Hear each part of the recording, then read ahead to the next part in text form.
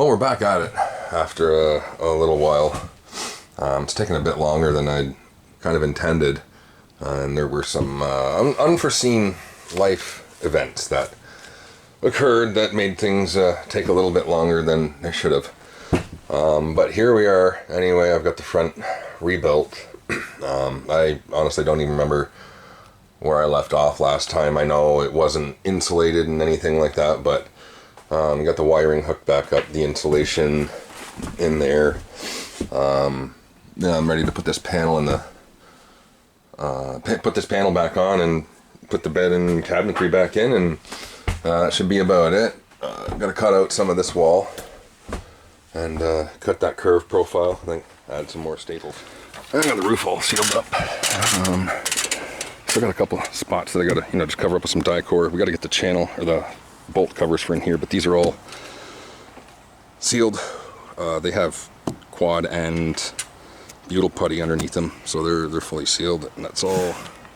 Now this is all the dirty stuff was cleaned up here before this was laid down, and it's got a lap sealant on there. I may actually even do another layer of that, but this is all sealed up and kind of ready to have this stuff cleaned up, and then I don't know, kind of go from there, see what happens. So it's finally done. I don't really know kind of where I left off here, to be honest. I know I didn't record a bunch of stuff. I got busy, things came up, and it got to be, well, about 10 hours more of a project than I'd estimated, which it wasn't too bad, but it was just because of some complications. The front's back on, it's all sealed up. Now admittedly, it's not perfect, the inside. It is I think it's a 2011, so it's an older trailer. And there was extensive damage to it, so. Let's take a look at the inside. So, interior's back together. Now, not everything's painted. The client wants to paint everything. So that's why that's why it is the way it is. The cupboards aren't back on. They didn't want those back on because they got to paint them. They're going to put them on themselves. Cabinets back in. Wall fixed, damage fixed. Now, I admittedly did run into a couple of issues and talked this over with the client, and they're okay with it. I fucked these boards up big time, cutting them. Big time. But they're just going to put some tape over it and paint over it. The seam did not turn out well. I definitely, and there's a gap in the corner. I know. Again, they're going to fill that. This trailer was tricky. It fought me every step of the way. But got it back together.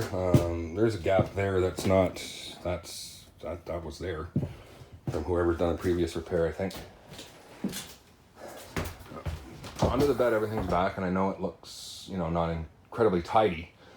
This is what they requested, though. They wanted to. I told them they should put the floor down before I put the bed on, but they had said that they had already measured, and they just wanted the bed in, and they'll do around it. So that's why the bed is not on top of the floor, the new floor anyway, because they're going to put, they don't have it there anymore.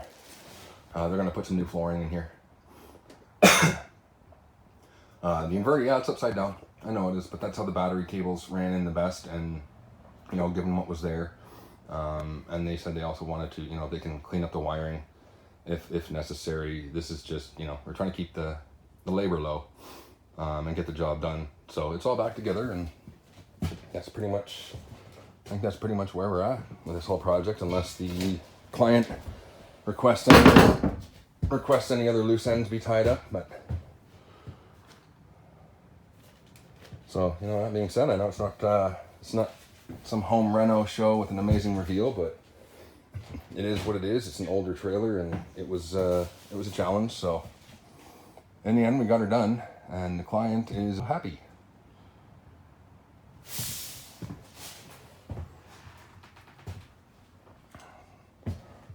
So if you like what you've seen, or you want to follow along my misadventures, by all means subscribe, and let me know what you think of everything in the comments. If you other videos you want to see, let me know.